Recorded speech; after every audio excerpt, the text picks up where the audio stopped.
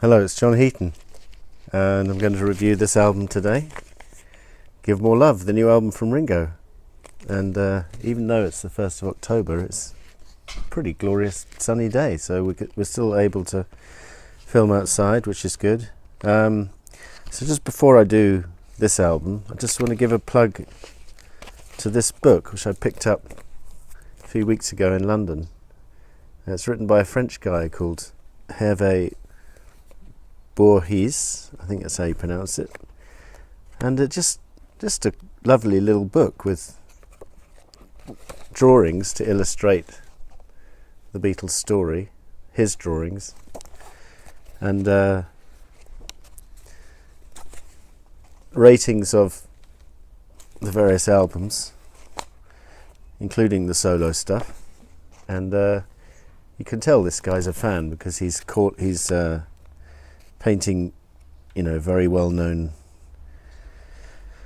pictures from the solo years, and he's not always complimentary about particularly the solo work, but it's interesting because he's not always giving top marks to the albums which normally get top marks.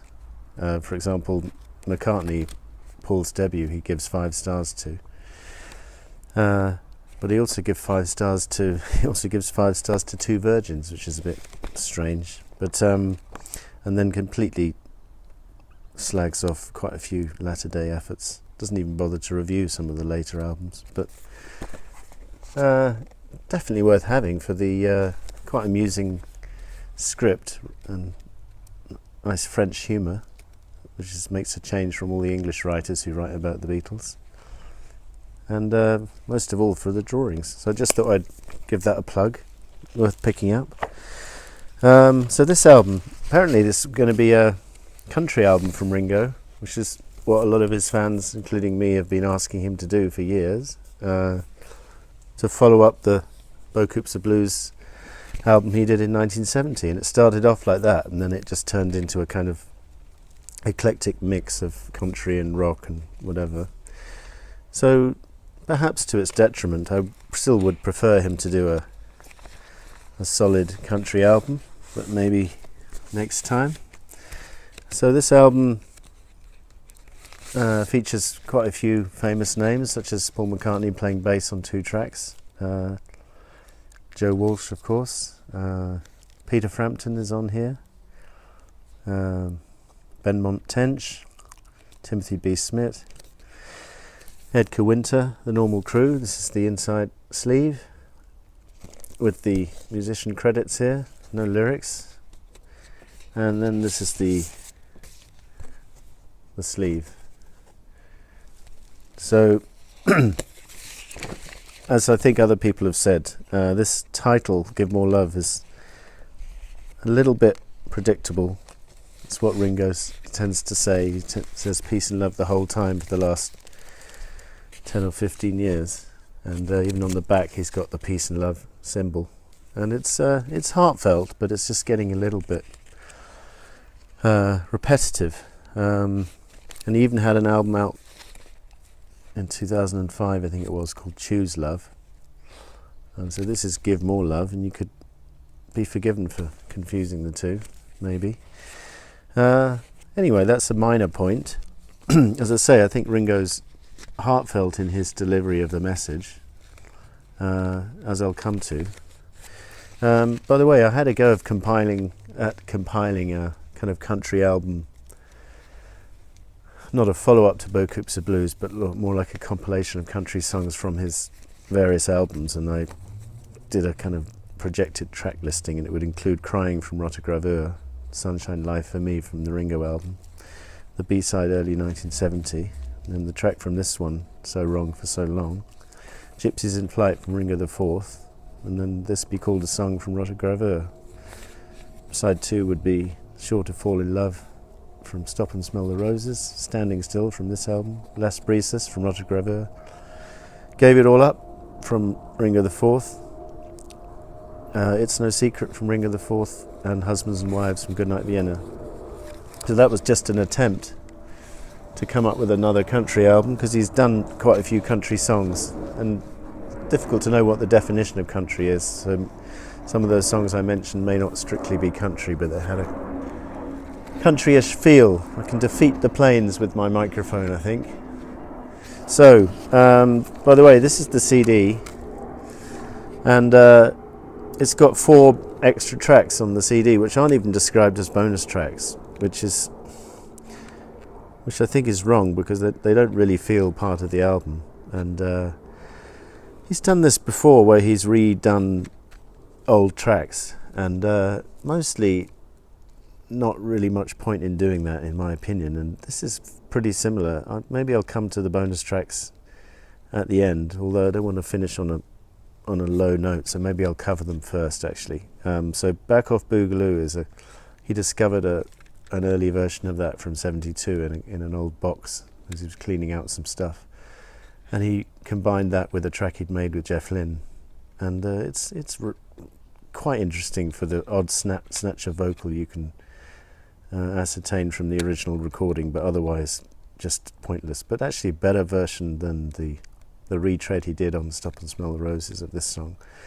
Don't Pass Me By is perhaps the best of the 4 in terms of adding something a little bit different to the original. He slows down the pace and he makes this more of a romantic song, and it's quite effective. You Can't Fight Lightning was a reject track from 1981. It was going to be the title track of Stop and Smell the Roses, and it featured Paul on bass and Linda on backing vocals, I think, recorded in the summer of 1980, and rejected from that album for a reason, I think, because it wasn't very good. So I don't know what Ringo's doing retreading it here. And yeah, just altogether pointless. Photograph,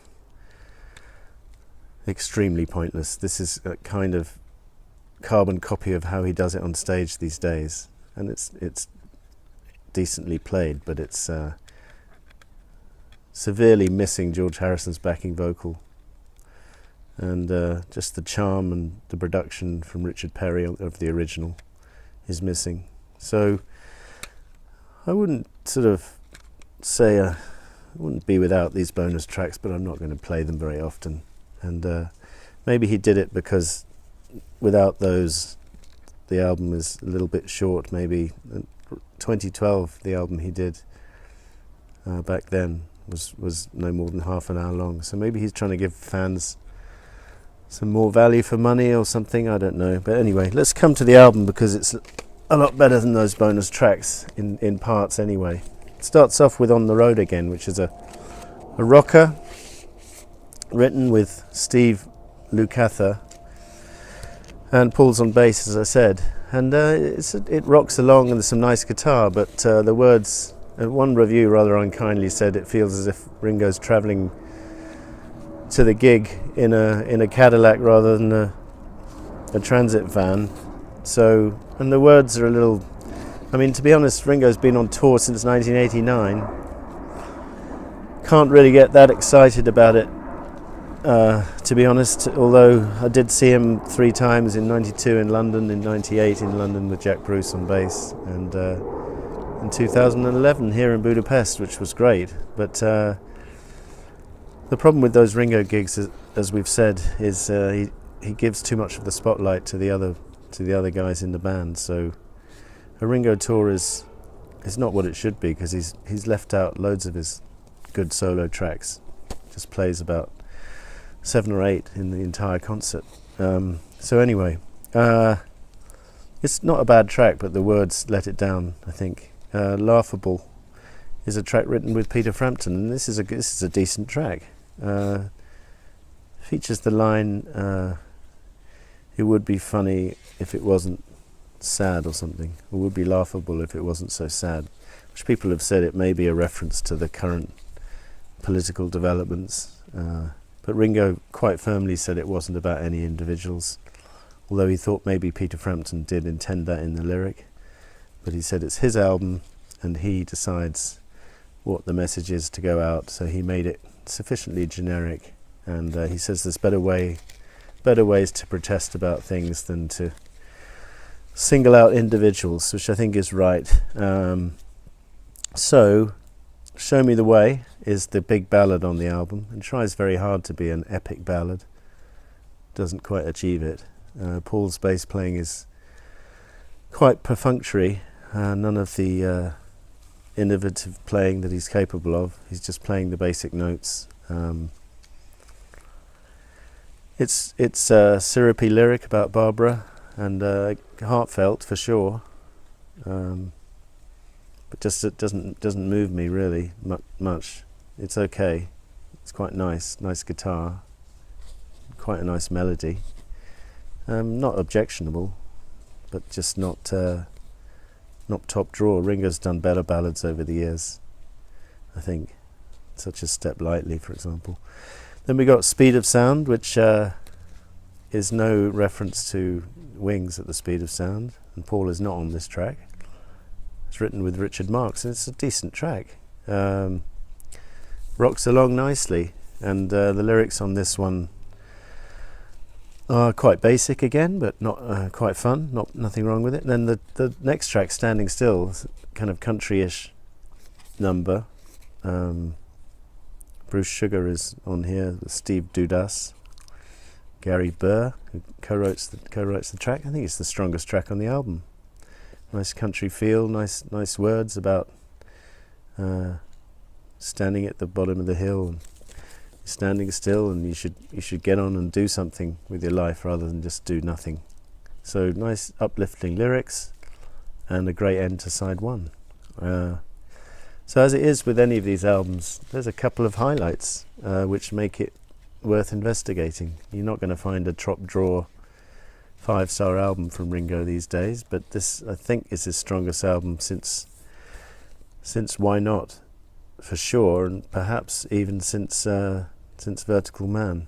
On the whole, I'm still trying to decide whether it's better than Why Not or not, pun not intended. So King of the Kingdom opens side 2, and it's a nice reggae number, tribute to Bob Marley, and the critics savaged this track, or one review did in particular. The less that is said about this, the better, or something like that. It's written with Van Dyke Parks. But it's interesting that it actually quite cheekily includes the line from One Love, Bob Marley song, with the same tune. It goes one love, one heart, with the same note, the same chord change. But then he doesn't follow up with Let's Get Together and Feel Alright. He changes it to Bob Marley Always Did It For Me or something. So anyway, no hint of plagiarism here. Don't worry, Ringo can get away with that. It's just a couple of notes, as I said.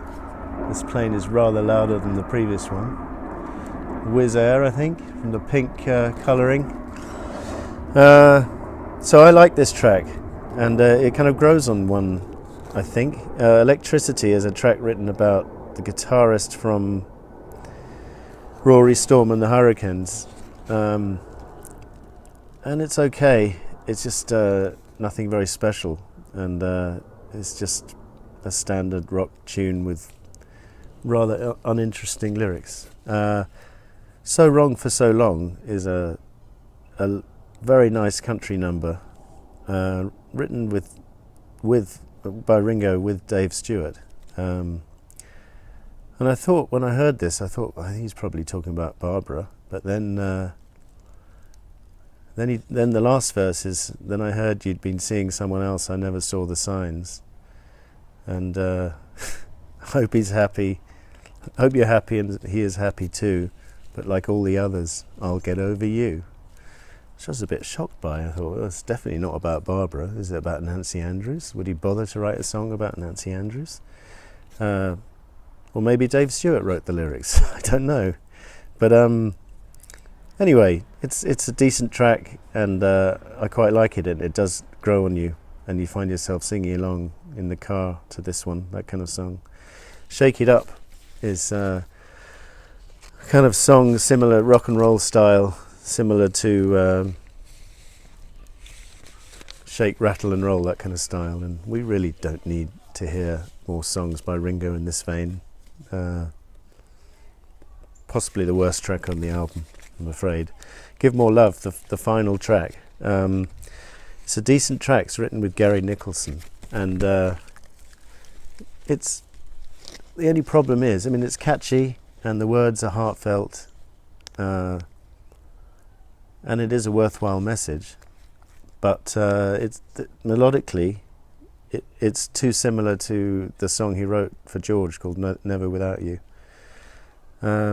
Uncannily similar in places.